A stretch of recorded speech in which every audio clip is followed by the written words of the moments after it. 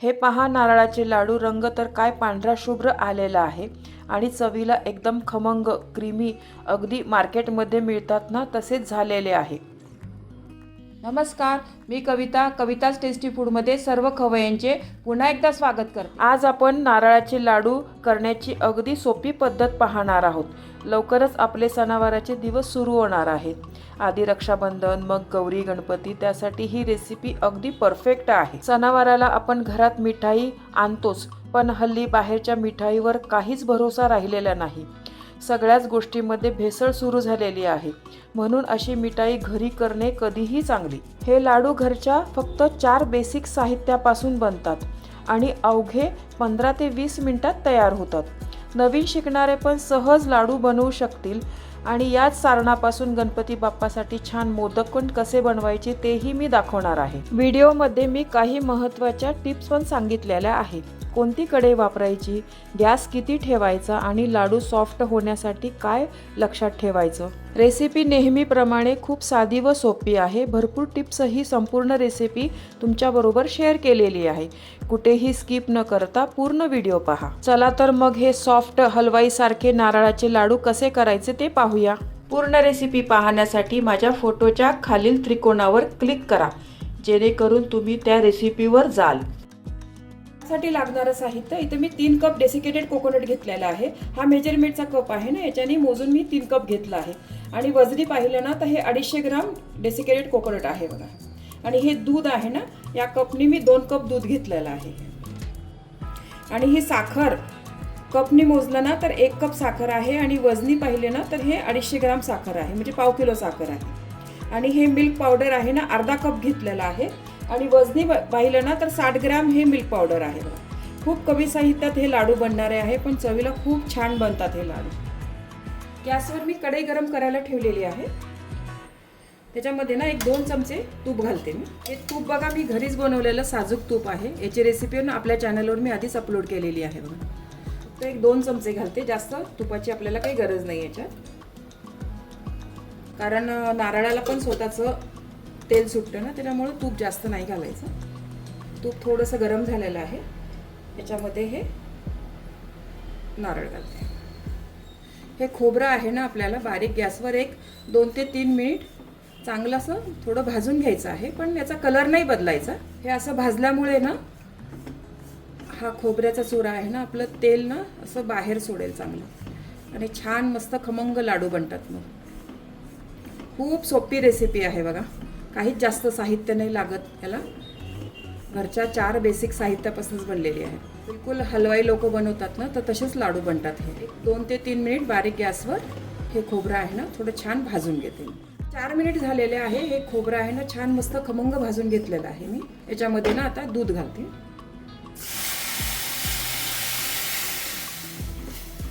या दुधामध्ये ना हे खोबरं परत आपल्याला छान व्यवस्थित परतून घ्यायचं आहे. हे लाडू बनवताना शक्यतो तुम्ही नॉनस्टिक कढईचाच वापर करा.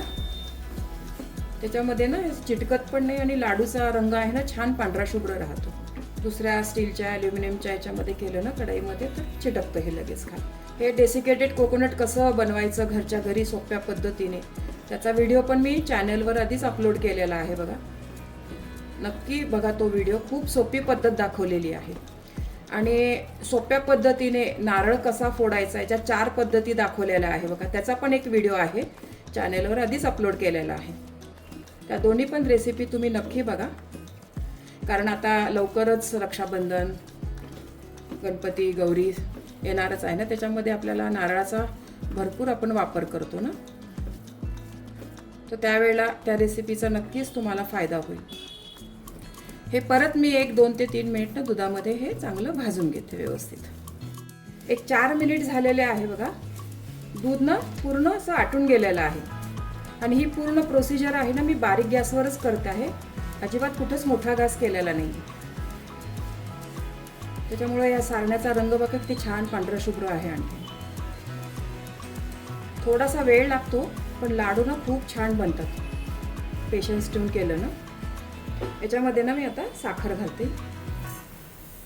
ही साखर पण या मिश्रणामध्ये छान व्यवस्थित मिक्स करून घ्या. तुमच्या आवडीप्रमाणे तुम्ही साखर थोडी कमी जास्त केली तरी चालेल याच्यामध्ये. पण या प्रमाणामध्ये तुम्ही जर लाडू केले ना तर परफेक्ट बनतात गोड लाडू. साखर विरघळली आहे बघा, त्यामुळे हे मिश्रण आहे ना थोडंसं पातळ झालेलं आहे. आता बारीक गॅसवरच आपल्याला ह्याला घट्ट करून घ्यायचं आहे थोडं, म्हणजे एक 5 ते 6 मिनटं चांगलं शिजवून घ्यायचं आहे व्यवस्थित. असं व्यवस्थित शिजवून घेतलं ना तर लाडूची शेल्फ लाईफ पण जास्त वाढते, खराब होत नाही लवकर. मग लाडू किती सोपे आहे बघा हे लाडू बनवायला. अगदी बेसिक 4 आपल्या घरातल्या साहित्यांपासूनच बनलेले आहे आणि बनवायलाही फार वेळ लागत नाही. एक 15 ते 20 मिनटात लाडू तयार होतात. नवीन शिकणारे पण हे लाडू सहज बनवू शकतील, इतकी सोपी रेसिपी आहे बघा. ज्यांना कुकिंगमध्ये काहीच येत नाही आहे आणि नवीन अगदी शिकता आहे ना ते लोकही करू शकतील हे लाडू. लवकरच आपले सणावाराचे दिवस सुरू होणार आहे. सुरुवातीला रक्षाबंधन, मग गणपती, गौरी. त्यावेळेला आपण घरामध्ये मिठाई आणतोच. बाहेरची आणण्यापेक्षा असं बनवा तुम्ही घरी, कारण आता बाहेरच्या मिठाईवर काही भरोसा नाही राहिलेला आहे. सगळ्याच गोष्टीमध्ये भेसळ सुरू झालेली आहे. त्यामुळे आपण अशी मिठाई घरीच केलेली कधीही चांगली. या सारणापासून ना तुम्ही लाडू पण बनवू शकतात किंवा मोदक पण गणपती बाप्पासाठी बनवू शकतात. मोदक पण छान बनतात त्याच्यापासून. एक 3 ते 4 मिनटं हे मिश्रण आहे ना चांगलं मी परतून घेते. परत आपलं सारण आहे ना बऱ्यापैकी आता घट्ट होत आलेलं आहे आणि हे पॅनला पण असं सोडायला लागलं आहे बघा. यासाठी सांगितलं मी तुम्हाला की नॉनस्टिकची कढई घ्या. जाड बुडाची नॉनस्टिकची कढई घेतली ना तर मग हे सारण असं चिटकत नाही. मी रेग्युलर अशी नॉनस्टिकची कढई नाही वापरत, पण असे काही पदार्थ बनवण्यासाठी जरूर याचा वापर करते. त्यासाठीच ही स्पेशल घेतली आहे मी कढई. त्यामध्ये मी आता मिल्क पावडर घालते. हे अर्धा कप मिल्क पावडर घेतला आहे ना, या चमच्याने मोजलं ना तर 5 चमचे मिल्क पावडर आहे बघा. तुमच्याकडे जर मेजरमेंटचा कप नसेल ना तर तुम्ही तसं घेतलं तरी चालेल. मिल्क पावडरमुळे हे लाडू आहे ना खूप छान असे क्रीमी आणि टेस्टी लागतात बघा. मिल्क पावडर टाकल्यानंतर हे सारण आहे ना जास्त नाही परतवायचं आहे आपल्याला, नाहीतर मग जास्त परतवलं ना लाडू असे आपले चिवी होतील, म्हणजे असे सॉफ्ट नाही राहणार. तुमच्याकडे जर मिल्क पावडर नसेल ना तर याच्यामध्ये एक 4 ते 5 चमचे दुधावरची साय घातली ना तरी चालेल, त्याच्याने पण छान बनतात हे लाडू. किंवा काजू पावडर आहे ना मिक्सरमध्ये बारीक करून ती घातली तरीही चालेल. 5 ते 6 मिनिट झालेले आहे बघा. हे मिश्रण आहे ना बारीक गॅसवरच मी परतून घेतलेलं आहे चांगलं. याच्यामधनं साखरेचा पाक वगैरे आता दिसत नाही बघा, बऱ्यापैकी कोरडं झालेलं आहे बघा. नारळाच्या आधीच काही रेसिपी मी आपल्या चॅनलवर अपलोड केलेल्या आहे बघा. नारळाची वडी आहे, खूप छान आहे, सोपी पद्धत आहे बघा नारळाची वडी बनवण्याची. नारळी भात आहे, त्या पण रेसिपी नक्की बघा तुम्ही. असे माव्याचे पदार्थ, काजू कतली, काजू पिस्ता रोल असे पदार्थ बनवण्यासाठी या कढईचा चांगला वापर होतो. 1 मिनिट झालेला आहे बघा. हे मिश्रण आहे ना आता छानच मस्त घट्ट झालेलं आहे बघा. कढईला ना अजिबातच चिटकत नाही बघा. याच्यापेक्षा जास्त परतवलं ना तर लाडू आपले व्यवस्थित होणार नाही. आता गॅस बंद करते आणि हे मिश्रण गार करून घेते. हे मिश्रण बघा एका प्लेटमध्ये मी काढून घेतलं आहे. गार पण झालं आहे. पूर्ण एकदम गार पण नका करू, थोडंसं कोमट असतानाच लाडू बांधायला घ्या बघा. थोडंसं कोमट आहे. आता आपण या मिश्रणाचे लाडू करूया. त्यासाठी बघा एकसारखे लाडू येण्यासाठी मी हा चमचा घेतलेला आहे. हा चमचा आहे ना स्पेशल मी लाडूसाठीच घेतलेला आहे. कोणत्याही प्रकारचे लाडू बनवताना ना याप्रमाणे माप घेतलं ना तर एकसारखे चांगले लाडू होतात. चटणी वाढण्यासाठी वापरते, नाहीतर मग लाडू बनवण्यासाठी वापरते हा चमचा.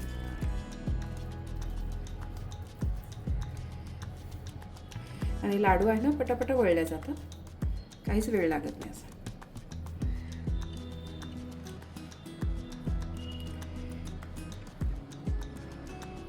असा लाडू झाला आहे बघा तयार आपला. मस्त मस्त लाडू तयार झालेला आहे.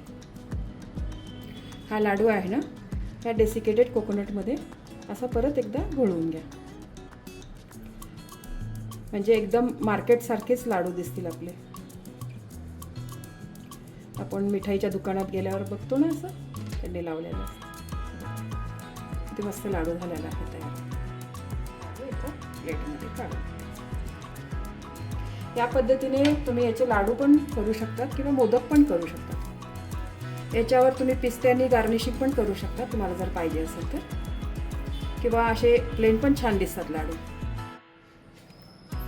हे बघा, मी अर्ध्याच्या वर मिश्रणाचे ना थोडे लाडू बनवलेले आहे. 16 लाडू झालेले आहे बघा. आणि या मिश्रणाचे तुम्हाला मी मोदक पण बनवून दाखवते. याचे मोदक बनवूया. मोदक बनवण्यासाठी तर मी साचा घेतलेला आहे बघा. असे हे साचे आहे ना, मार्केटमध्ये इझिली मिळतात बघा, किंवा हा असा साचा घेतला तरी चालेल. याच्याने एकाच वेळेला छान मस्त 4 मोदक बनतात, छोट्या साईजचे बनतात. आणि हा थोडा मोठ्या साईजचा आहे. तुम्हाला कसे मोदक बनवायचे ना, तुम्ही या साच्याचा वापर करू शकता. या साच्याला ना थोडासा मी तुपाचा हात लावून घेतलेला आहे. आणि याच्यामध्ये ना थोडासा पिस्ता घालते मी गार्निशिंगसाठी, छान दिसेल. आणि हे सारण आहे ना याच्यावर थोडंसं प्रेस करून घेते, म्हणजे हे पिस्ता हलणार नाही मग असं.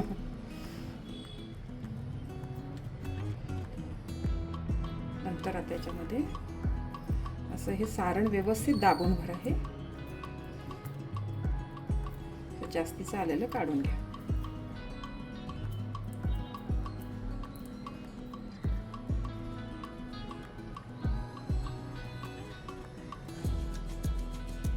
हे बघा किती छान मस्त मोदक बनला आहे.